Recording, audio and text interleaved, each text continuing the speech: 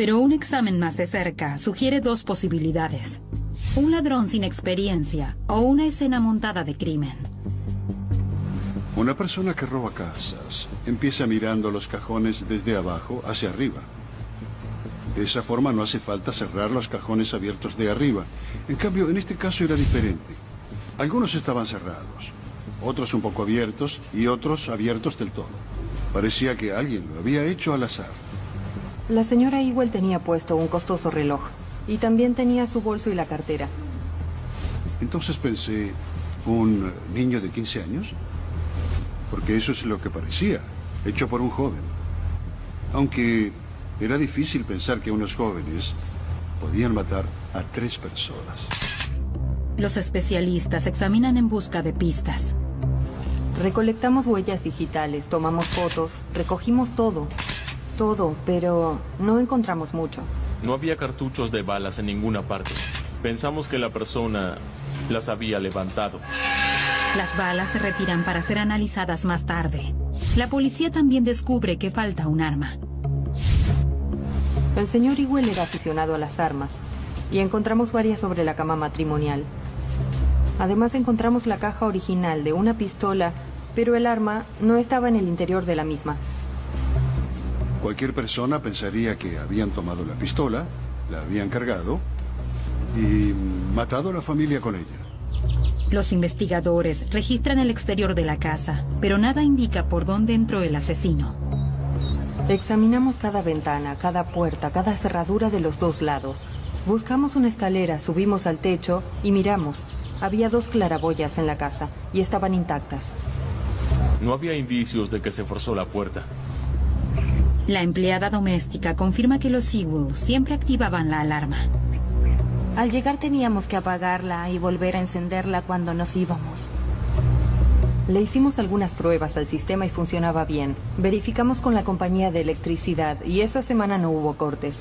Así que estábamos algo sorprendidos. Obviamente alguien tenía la llave y conocía el código de la alarma o cómo desactivarla. Los oficiales interrogan al vecindario. Los vecinos no oyeron nada. No hubo denuncias por disparos, no hubo denuncias por disturbios ni por vehículos extraños en la zona, nada. Los vecinos informan a la policía sobre un cuarto miembro de la familia. Universidad de Santa Clara. Dana Ewell, de 21 años, quien va a la Universidad de Santa Clara a 2 horas de viaje. A Dana no lo mataron porque pasaba la Pascua junto con la familia de su novia. Yo estaba conmocionado. Nos concentramos en Dana, preocupados por el pobre muchacho que acababa de perder a su familia. Estábamos con mi hermano tratando de entender lo que había sucedido. Dana no tenía idea. No sabía por qué querrían lastimar a su familia. Dana vio a la familia por última vez el fin de semana en la casa de la playa. La novia de Dana y su familia fueron de visita. Fue la ocasión en la que los padres de Dana conocieron a los de su novia. La familia pasó un buen fin de semana y todo estaba bien. Los investigadores amplían la búsqueda. Se ponen en contacto con los hermanos de Dale Ewell. Dale era un hombre de buena voluntad. Era muy dedicado y amable. Amaba a su familia. Eran muy unidos. Dale vendía aviones y era muy bueno en eso. Volaba hasta los campos más grandes dentro y en los alrededores del condado de Fresno. Aterrizaba en las tierras de los granjeros sin cita previa. Solo aterrizaba. Ellos salían a ver qué pasaba y él los llevaba a dar un paseo. Al terminar había vendido un avión. La familia vivía tranquila y era apreciada en la comunidad. Glee era una persona adorable, la clase de persona que todos aprecian. Ella era una de las personas más queridas que jamás conocí. Siempre tenía una sonrisa, era siempre amable, siempre estaba a tu disposición. Era el tipo de persona que si te veía en algún evento, te enviaba una carta o una nota diciéndote, me alegró haberte visto. Ella era ese tipo de persona. Tiffany era encantadora, era muy tímida. Estaba haciendo un posgrado en Fresno y vivía con sus padres cuando sucedió. Casa de la playa de los Ewell. Los investigadores establecen una línea de tiempo. El domingo a la tarde, Glee y Tiffany partieron de su casa de la playa rumbo a Fresno. Poco después, Dale voló de regreso en su avión privado. Nosotros pensamos que Glee y Tiffany ingresaron con el auto hasta el garage. Se bajaron del auto y atravesaron la casa. Cuando ella entró a la cocina, el asesino probablemente estaba en la sala de estar, fuera de su vista, y le disparó en la nuca mientras ella se acercaba a la esquina. Creemos que Glee estaba detrás de ella, vio qué pasó y salió corriendo. Seguramente ella sintió un miedo terrible. Debió de sentir miedo y correr para salvarse. Pero el asesino estaba absolutamente dispuesto a no dejarla escapar. Dale Eagle llegó a casa unos 30 a 45 minutos más tarde. Dale voló en su avión de regreso a Fresno. Trabajó un poco en la oficina y luego fue a casa donde le dispararon apenas entró. Eso era muy preocupante. Si era solo un robo, ¿por qué esperarían a que los residentes lleguen a casa?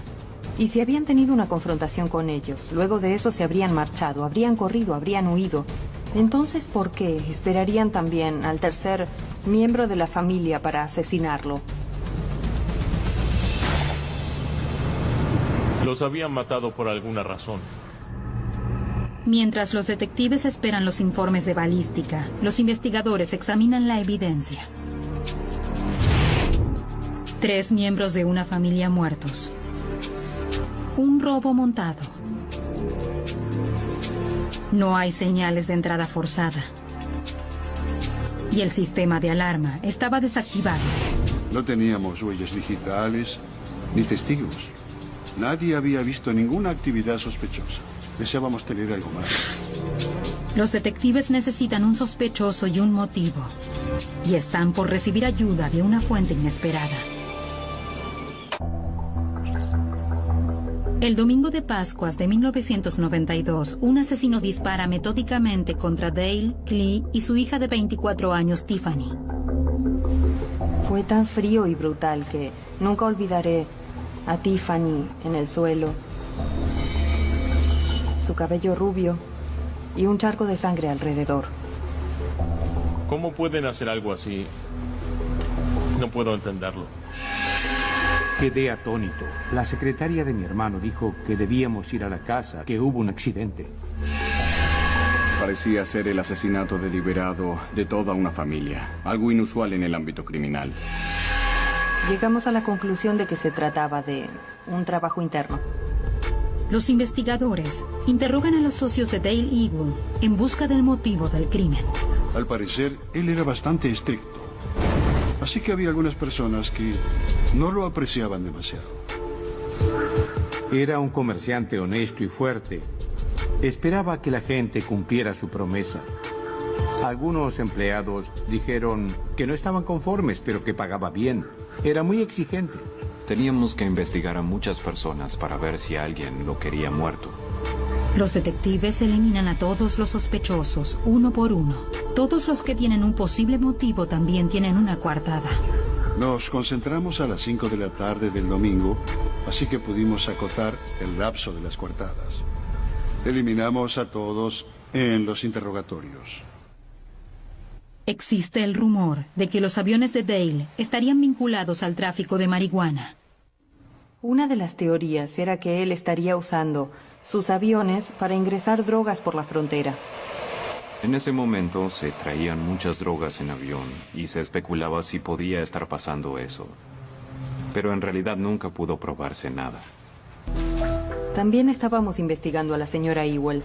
Tal vez alguien de su entorno estaba enojado con ella. Glee estaba en el consejo del Colegio de Abogados del Estado de California. El Colegio de Abogados supervisa el accionar de los abogados en California. Desde la parte administrativa hasta la parte disciplinaria existen amenazas.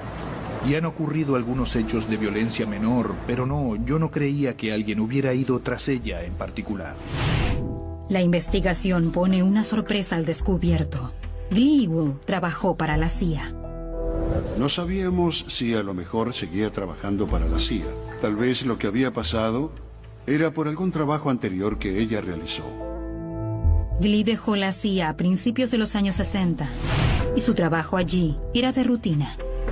Era supervisora. No hacía trabajo de espía, no tenía enemigos. Y además todos la querían. Investigamos a Tiffany. Era estudiante en el estado de Fresno. Tal vez ella tenía un novio que estaba molesto con ella. Tiffany era una muchacha encantadora, muy inteligente. No se le conocía ningún novio. Era más bien solitaria, no era muy extrovertida. Los detectives piden ayuda a Dana Eagle. Lo acompañan por la escena del crimen con la esperanza de que pueda encontrar alguna pista.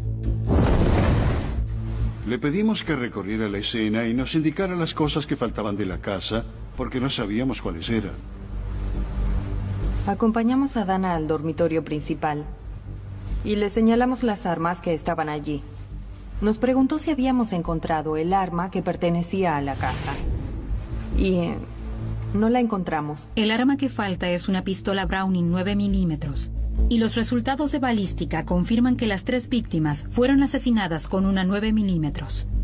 Las pruebas también revelan que las balas tienen marcas inusuales llamadas estrías, que se forman cuando se disparan. Las balas tenían estrías visibles que solo pueden ser causadas por un supresor o bien un silenciador de algún tipo. Eso haría algo así. ¿Quién haría un robo con un silenciador? Solo un profesional haría algo así. Parecía algo totalmente planeado. Alguien había ido preparado. Los investigadores vuelven a evaluar las pistas. El asesino entró sin activar la alarma. Esperó pacientemente que todos llegaran a la casa y utilizó un silenciador. La investigación se prolongaba y eso nos preocupaba. Debíamos hacer algo. El tiempo era nuestro enemigo en todo el proceso. Finalmente, mientras los investigadores buscan alguna prueba sólida, obtienen un dato. Un asesino muy inteligente comete un error torpe. Después del asesinato de sus padres y su hermana, Dana Eagle ofrece una recompensa de $25,000. La primera reacción fue impacto, miedo e indignación. Glee era conocida, Tiffany era querida, Dale era conocido. Eran ricos y exitosos, y esto pasó sorpresivamente un domingo de Pascuas. Aún sin ningún arresto, Dana duplica la apuesta a $50,000. El caso da un giro inesperado. Leíamos el testamento para ver las disposiciones del entierro. No había nada con respecto a eso. Así que Dana dijo, ¿qué hay del dinero? Dana supo que tendría su herencia, pero debía esperar hasta los 35 años. El dinero estaría en un fideicomiso. Dana pareció enloquecer. Saltó de la silla, golpeó con el puño y dijo, ¿por qué mi padre haría algo así? Me tomó por sorpresa. Cuando oyes algo así piensas, escuché mal, ¿verdad? Todos nos miramos unos a otros. Nos preguntamos por qué esa reacción. Acababan de matar a su familia. Me dije que me parta un rayo si no oculta algo. Ellos valían unos $8 millones aproximadamente. ¿Y a quién iría todo ese dinero? Obviamente que a él. De hecho, la coartada de Dana no es muy sólida. En teoría, Dana estaba en la bahía donde asistía a la universidad en Santa Clara. Estaba con su novia y no había dudas de que estaban allí al momento del crimen. Dana tenía una coartada muy sólida que nunca cuestionamos. Dana nunca demostró signos de violencia o enojo. Lo cierto es que no existían pruebas de que despreciara a su hermana o a su madre. A veces tenía peleas con su padre, pero nada que no fuera normal en una relación entre un padre y un hijo. Sin embargo, la niñez de Dana proporciona datos sobre sus rasgos materialistas. Desde muy pequeño él estuvo muy atraído hacia el dinero. Era codicioso, le preocupaban las apariencias. En la secundaria, Dana a menudo iba a clase vestido con trajes costosos y llevaba un portafolio. Actuaba como si fuera muy rico, alardeaba con el dinero. Se sabía que Dana compraba perfumes costosos a las chicas en la secundaria y que encendía billetes de $100. Un amigo de él de la escuela dijo que nunca había conocido a una persona tan enamorada y atraída por el dinero. Iba a la cafetería y compraba hamburguesas para todos. En fiestas regalaba billetes de $100. El padre de Dana solía consentirlo. Dana Ewell tenía un pequeño Mercedes. Viajó a la costa y lo chocó. El padre consiguió una réplica exacta del auto, del mismo color, del mismo interior y del mismo año. De hecho, se hizo pasar como el culpable del accidente para que Dana no tuviera que decirle a la gente que había estado involucrado en un accidente.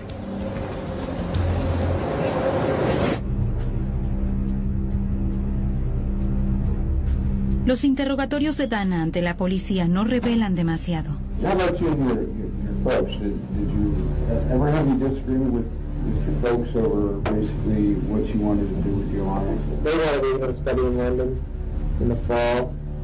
I was bored in school because I used to do my classes, and so I've been working on job offers and stuff the past 2-3 years, and I have some for the fall in New York full time. That's where all the action is. Is there anybody that would want your parents dead? One of them dead.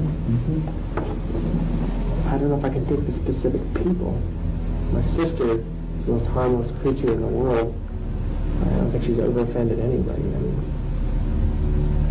and my father, you know, he's a pretty calm person most of the time. Once in a while, he gets upset at somebody or like a lawsuit or employee.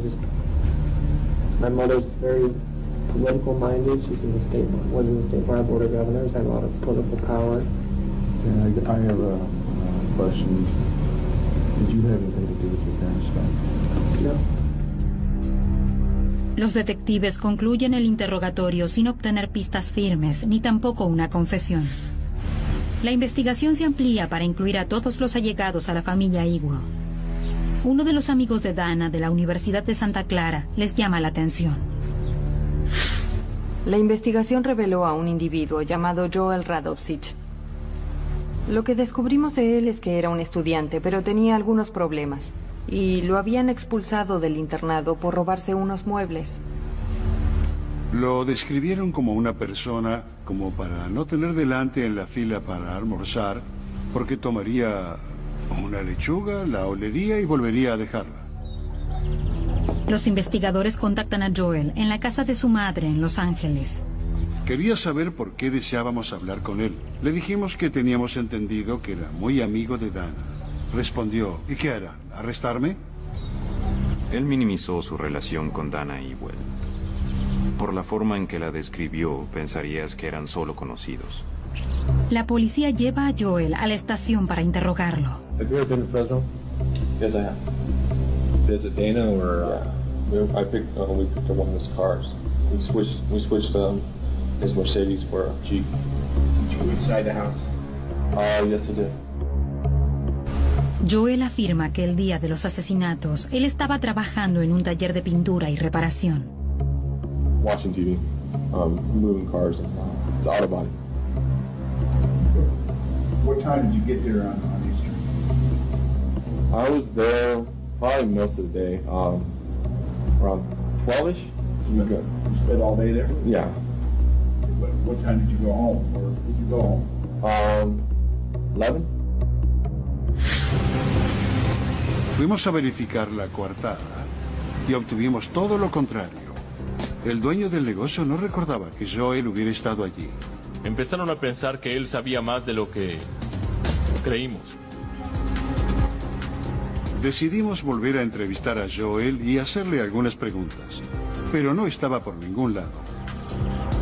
Los detectives encuentran a un amigo de Joel que admite haber recibido un paquete sospechoso antes de los asesinatos. Joel le preguntó si podía usar su nombre y la dirección de sus padres para enviar una caja con libros. Y cuando recibió esa caja en particular, la abrió por error. El libro que estaba arriba era sobre cómo hacer un silenciador.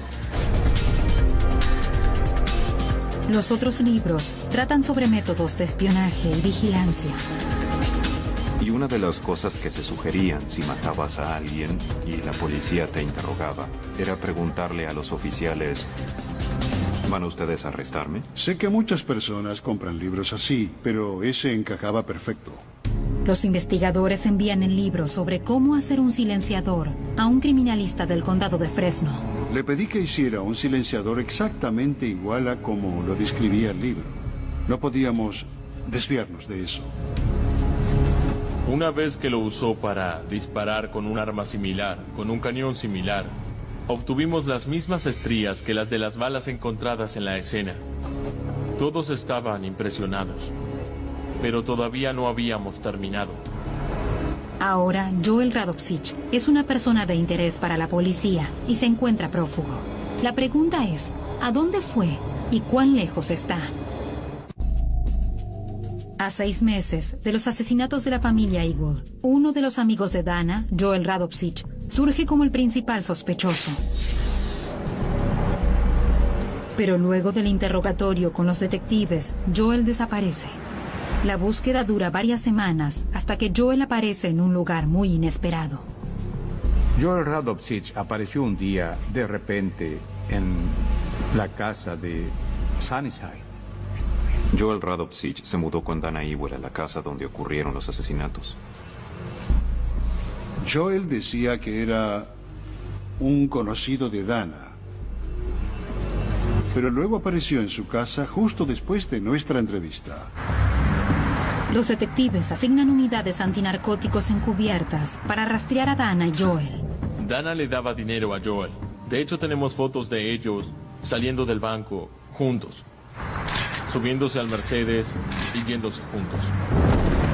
Dana también le paga lecciones de helicóptero a Joel. ¿Por qué le daba $5,600 para que aprendiera a pilotear un helicóptero? Es bastante dinero. Especulábamos sobre el motivo. Posiblemente era el pago por los asesinatos. Él tenía información interna y además podía beneficiarse. ¿Por qué dejar pistas falsas sino para despistar a la policía de lo obvio? Un mes más tarde, el periódico Fresno Bee menciona a Joel y Dana como posibles sospechosos. Fue una sorpresa, pero al leer algunas de las razones y el comportamiento de Dana, empezabas a creer que tal vez era cierto.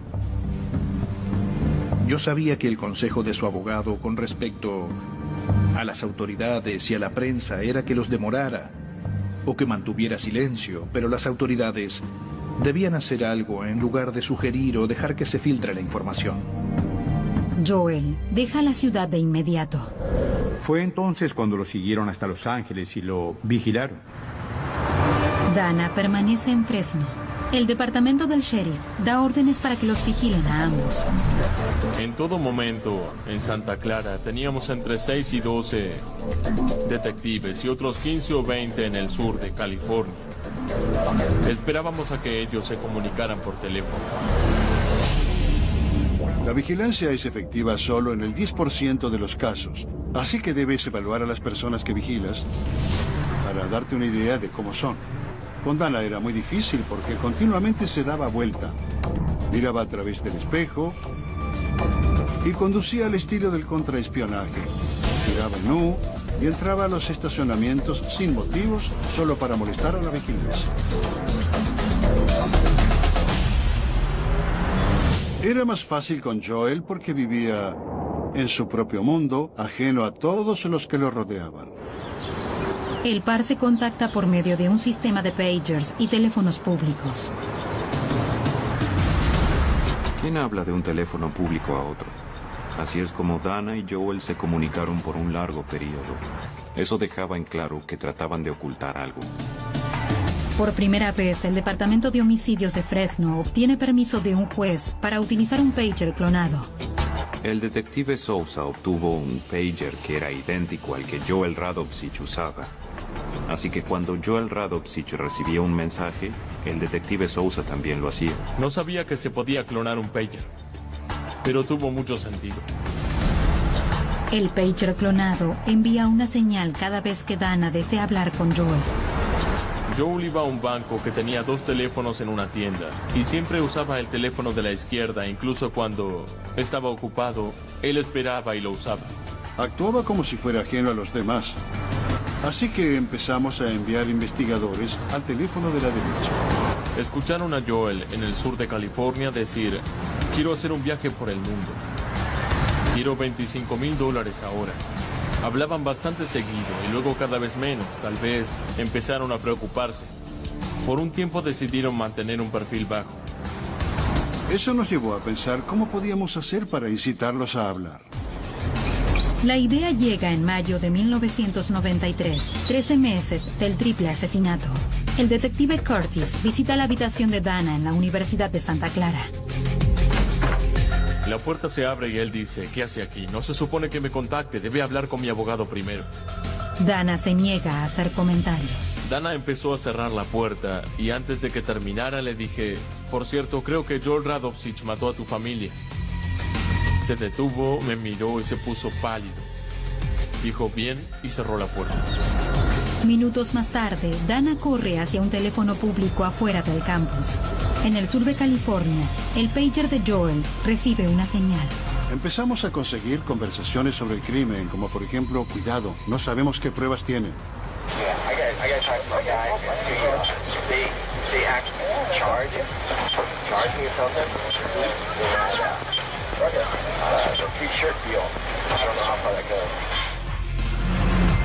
Joel mencionó el asunto de las 3 camisetas para referirse a los homicidios.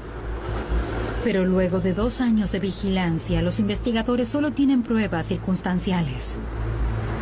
Necesitábamos el arma, las balas, cualquier cosa para vincularlos. No teníamos nada. Las cosas se enfriaban y no pasaba nada. Entonces, en una conversación en junio de 1993, un oficial encubierto escucha cuando Joel da una orden extraña. Él estaba hablando por teléfono cuando lo escucharon comprar algo por $431. No sabían qué era lo que compraba. Rastrean la llamada a una línea gratuita.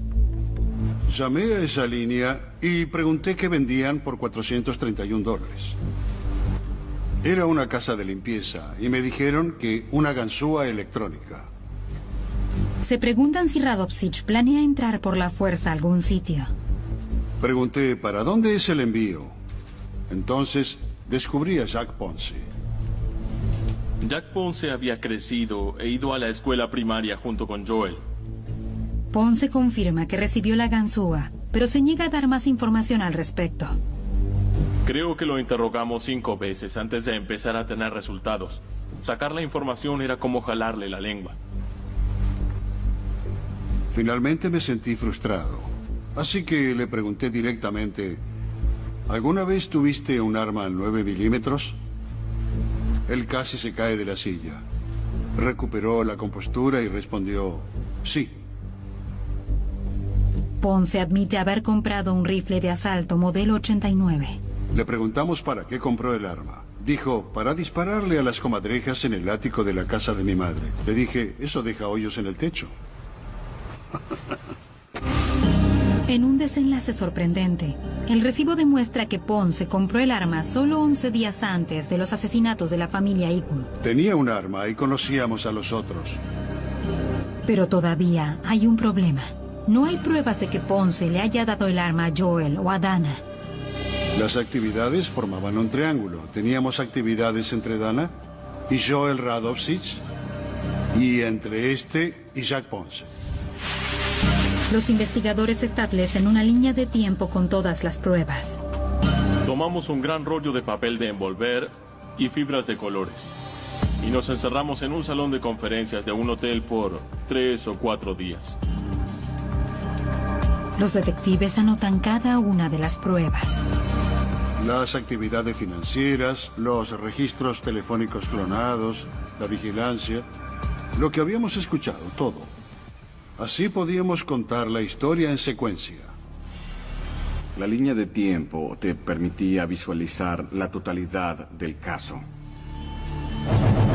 Lo que se destacaba era la cantidad de pequeñas pruebas, una tras otra, todas señalando a Dana Ewell y Joel Radovsich.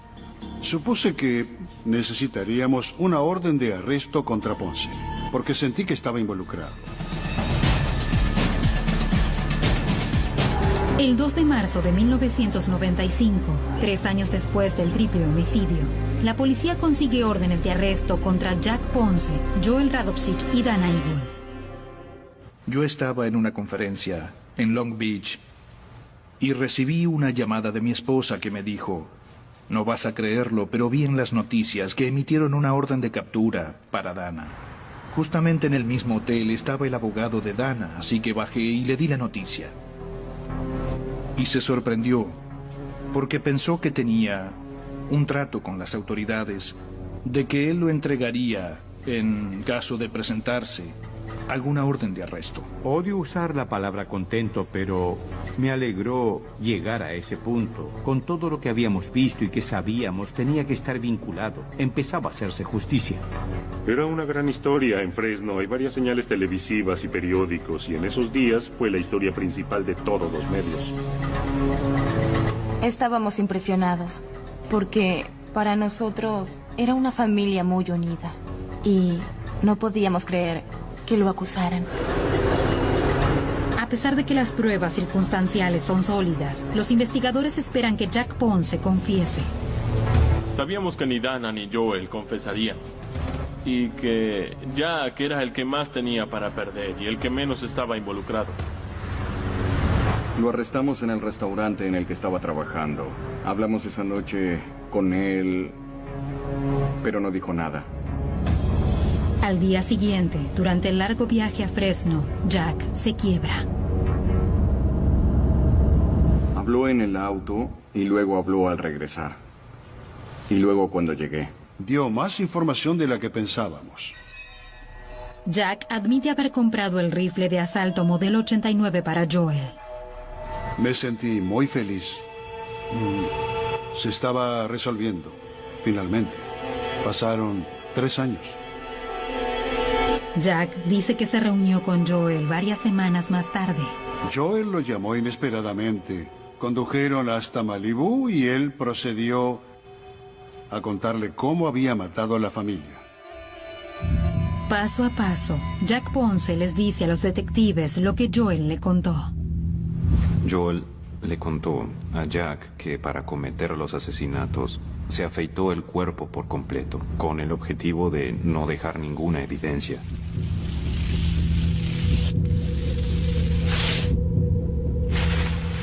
Había llevado un pedazo de plástico para no dejar nada. Se sentó sobre el plástico en el baño de la casa hasta que llegó el auto. Joel entró a la sala de estar. Luego, cuando Tiffany pasaba, Joel le disparó en la nuca. Joel le dijo a Jack que fue caminando por el pasillo y quedó cara a cara con Glee Ewell, la madre. Ella se dio vuelta y salió corriendo. Él corrió tras ella y le disparó. Después tuvo que asegurarse de que estuviera muerta. Entonces se puso encima de ella y le disparó en la cara y el corazón. Joel esperó al padre de Dana. Esperó a que él entrara por la puerta. Luego dio un paso y le disparó detrás de la cabeza. Antes de marcharse, Joel revuelve la casa para que parezca un robo. Joel también le dijo a Jack que usó balas 9 milímetros que había en la casa de los Ewell y que él sabía que estarían allí. Joel le dio una bolsa con partes de armas, incluyendo el rifle 89 y la 9 milímetros de la casa, a Jack Ponce para que se deshiciera de ella, y Jack lo hizo.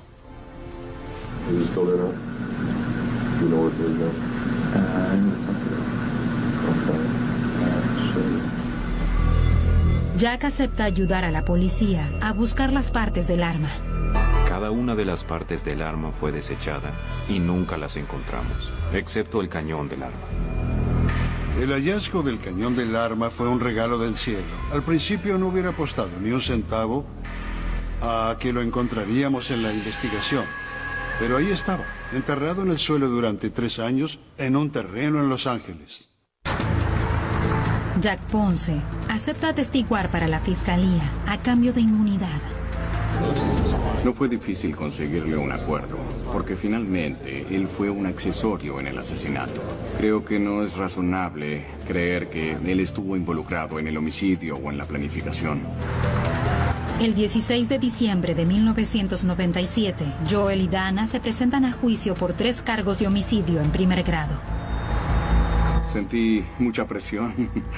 Siempre tuve fama como fiscal de ser alguien relajado, pero no fue así en el juicio de Ewell.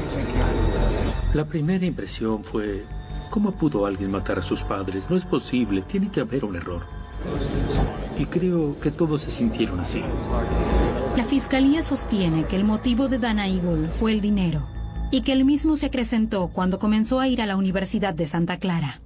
Dana les hizo creer a sus compañeros de clase que era el dueño de la compañía de aviones que tenía su padre. Él dio una entrevista al periódico de la facultad para un artículo en el que mencionaba que él mismo era el propietario de la concesión.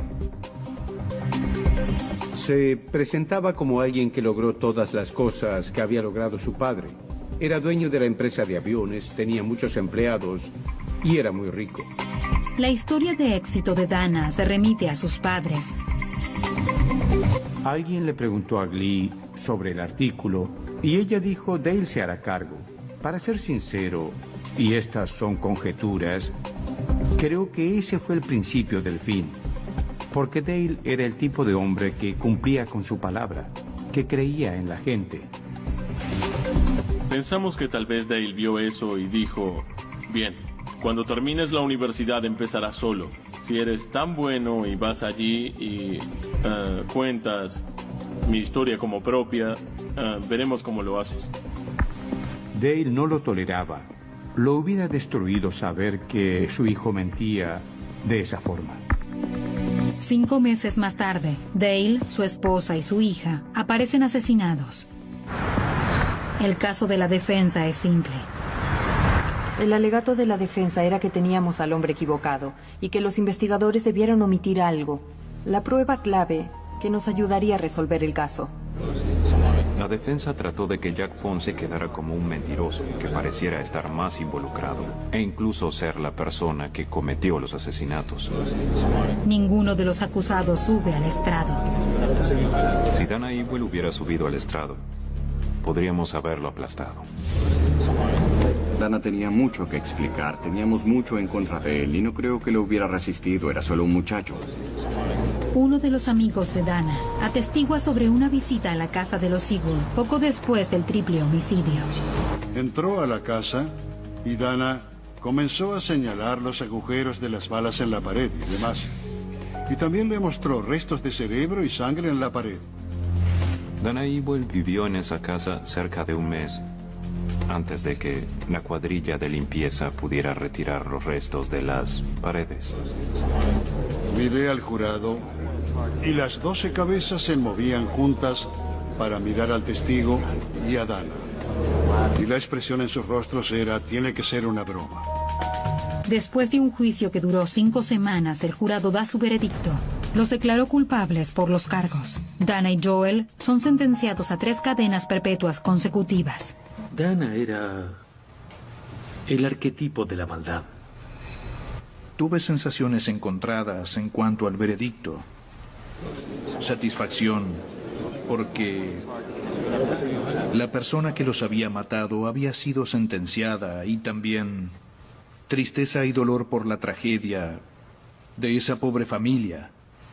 Quedó borrada, 3 víctimas de homicidio y el otro es el culpable. El hecho de que alguien a quien amas, alguien a quien diste la vida, a quien criaste tantos años, te vea solo como un impedimento hacia la riqueza. No sé si alguien alguna vez podría aceptar algo así. Creo que es uno de los interrogantes que todos se hicieron y que nadie supo responder.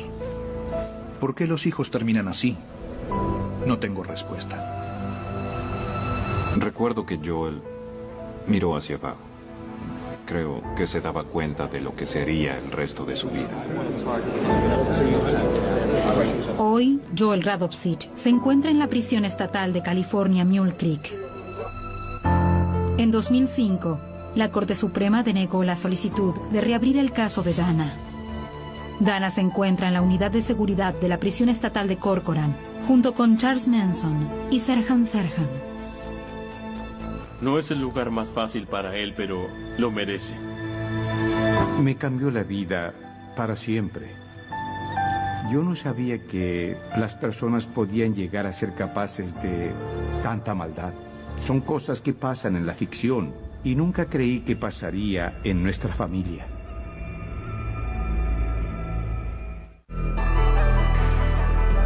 Doblado al español en Civisa Media.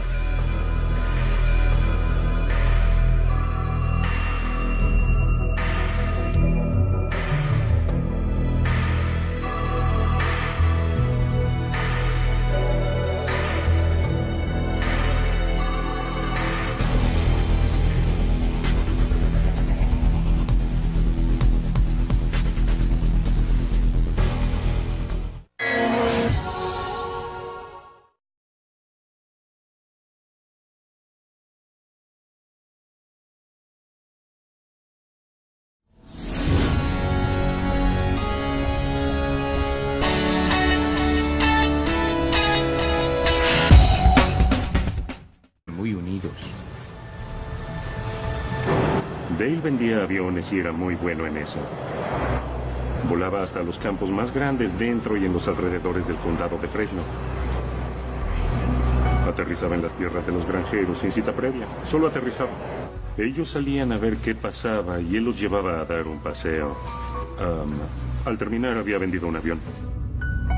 La familia vivía tranquila y era apreciada en la comunidad. Glee era una persona adorable, la clase de persona que todos aprecian. Ella era una de las personas más queridas que jamás conocí. Siempre tenía una sonrisa, era siempre amable, siempre estaba a tu disposición. Era el tipo de persona que si te veía en algún evento, te enviaba una carta o una nota diciéndote, me alegró haberte visto. Ella era ese tipo de persona. Tiffany era encantadora, era muy tímida. Estaba haciendo un posgrado en Fresno y vivía con sus padres cuando sucedió. Casa de la playa de los Sewell. Los investigadores establecen una línea de tiempo. El domingo a la tarde, Glee y Tiffany partieron de su casa de la playa rumbo a Fresno. Poco después, Dale voló de regreso en su avión privado. Nosotros pensamos. Los vecinos no oyeron nada. No hubo denuncias por disparos, no hubo denuncias por disturbios ni por vehículos extraños en la zona, nada. Los vecinos informan a la policía sobre un cuarto miembro de la familia. Universidad de Santa Clara. Dana Ewell, de 21 años, quien va a la Universidad de Santa Clara a 2 horas de viaje. A Dana no lo mataron porque pasaba la Pascua junto con la familia de su novia. Yo estaba conmocionado. Nos concentramos en Dana, preocupados por el pobre muchacho que acababa de perder a su familia. Estábamos con mi hermano tratando de entender lo que había sucedido. Dana no tenía idea. No sabía por qué querrían lastimar a su familia. Dana vio a la familia por última vez el fin de semana en la casa de la playa. La novia de Dana y su familia fueron de visita. Fue la ocasión en la que los padres de Dana conocieron a los de su novia. La familia pasó un buen fin de semana y todo estaba bien. Los investigadores amplían la búsqueda. Se ponen en contacto con los hermanos de Dale Ewell. Dale era un hombre de buena voluntad.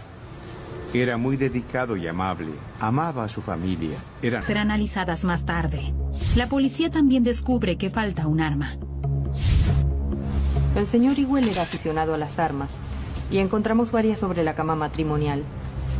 Además encontramos la caja original de una pistola, pero el arma no estaba en el interior de la misma.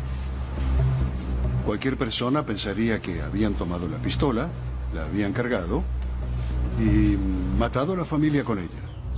Los investigadores registran el exterior de la casa, pero nada indica por dónde entró el asesino. Examinamos cada ventana, cada puerta, cada cerradura de los 2 lados. Buscamos una escalera, subimos al techo y miramos. Había 2 claraboyas en la casa y estaban intactas.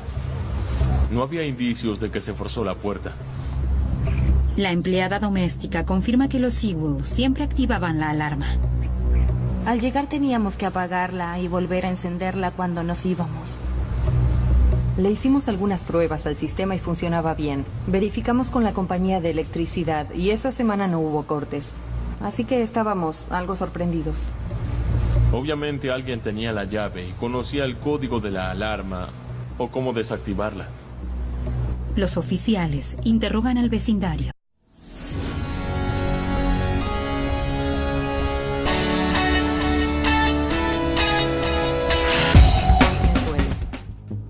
Pero un examen más de cerca sugiere dos posibilidades. Un ladrón sin experiencia o una escena montada de crimen. Una persona que roba casas empieza mirando los cajones desde abajo hacia arriba. De esa forma no hace falta cerrar los cajones abiertos de arriba. En cambio, en este caso era diferente. Algunos estaban cerrados, otros un poco abiertos y otros abiertos del todo. Parecía que alguien lo había hecho al azar. La señora Ewell tenía puesto un costoso reloj y también tenía su bolso y la cartera. Entonces pensé, ¿un niño de 15 años? Porque eso es lo que parecía, hecho por un joven. Aunque era difícil pensar que unos jóvenes podían matar a 3 personas. Los especialistas examinan en busca de pistas. Recolectamos huellas digitales, tomamos fotos, recogimos todo, pero no encontramos mucho. No había cartuchos de balas en ninguna parte. Pensamos que la persona las había levantado.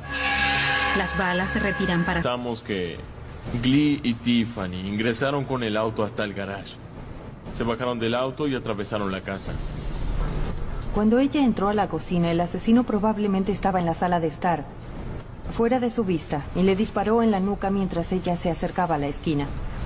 Creemos que Glee estaba detrás de ella. Vio qué pasó y salió corriendo. Seguramente ella sintió un miedo terrible. Debió de sentir miedo y correr para salvarse. Pero el asesino estaba absolutamente dispuesto a no dejarla escapar. Dale Ewell llegó a casa unos 30 a 45 minutos más tarde. Dale voló en su avión de regreso a Fresno. Trabajó un poco en la oficina y luego fue a casa donde le dispararon apenas entró. Eso era muy preocupante. Si era solo un robo, ¿por qué esperarían a que los residentes lleguen a casa? Y si habían tenido una confrontación con ellos, luego de eso se habrían marchado, habrían corrido, habrían huido. Entonces, ¿por qué esperarían también al tercer miembro de la familia para asesinarlo? Los habían matado por alguna razón. Mientras los detectives esperan los informes de balística, los investigadores examinan la evidencia.